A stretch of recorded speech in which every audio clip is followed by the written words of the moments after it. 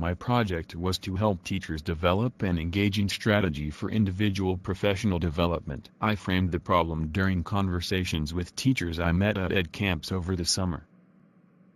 I learned last Saturday that I missed an important piece of the puzzle. Having teachers identify peers to partner with and learn from each other was a good start. A key insight came during SatChat, a Saturday morning Twitter chat where educators come together to come up with ideas. The insight was using a pineapple board teachers could use to show other teachers what they were doing in their classroom. Teachers could then identify opportunities they had to observe a new strategy being applied. But the missing piece was, where does the time to develop mastery come from when the teachers have to manage their classrooms?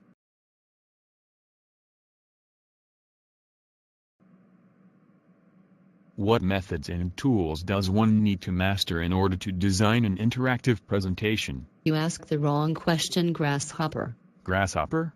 Yes.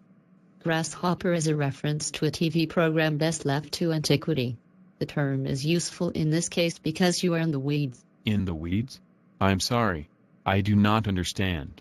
Can you speak plainly, please? What is it you seek to do?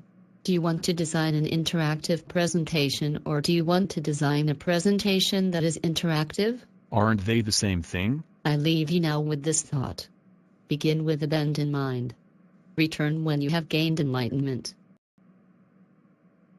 Begin with the bend in mind. I think that means, oh, I don't know. It could mean anything. Begin with the bend in mind? What is that? Good. You are getting emotional about it.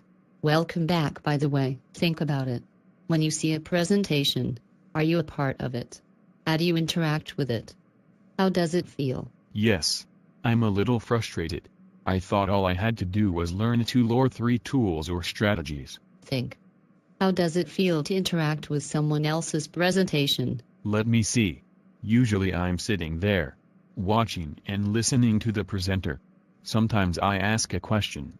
But what does that have to do with what you said? Begin with the bend in mind? Watching, listening, asking. How active are you? Oh wow. I get it. I am usually sitting. I'm bent. I need to be active. Moving. Myself for ideas. Is that what you meant? Back so soon? Yes. I didn't have to think about it very long or much. It was like an explosion of ideas. Go on. Presenters present. It's what they do.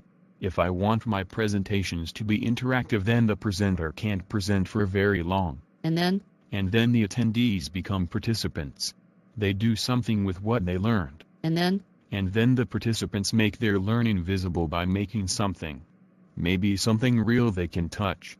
Maybe a conversation. The point is they are moving around, either butts out of their chairs or exchanging ideas with each other. And then? And then I get my butt in gear and come up with ways to make it happen. Pecha Kucha maybe. Maybe an ignite or shred session. Go and be the change you want to see in the world. Bye.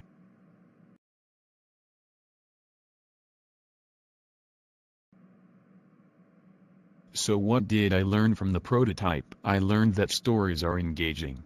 A teacher narrating something she tried draws in the other teacher. A significant finding emerged during conversations after the prototype.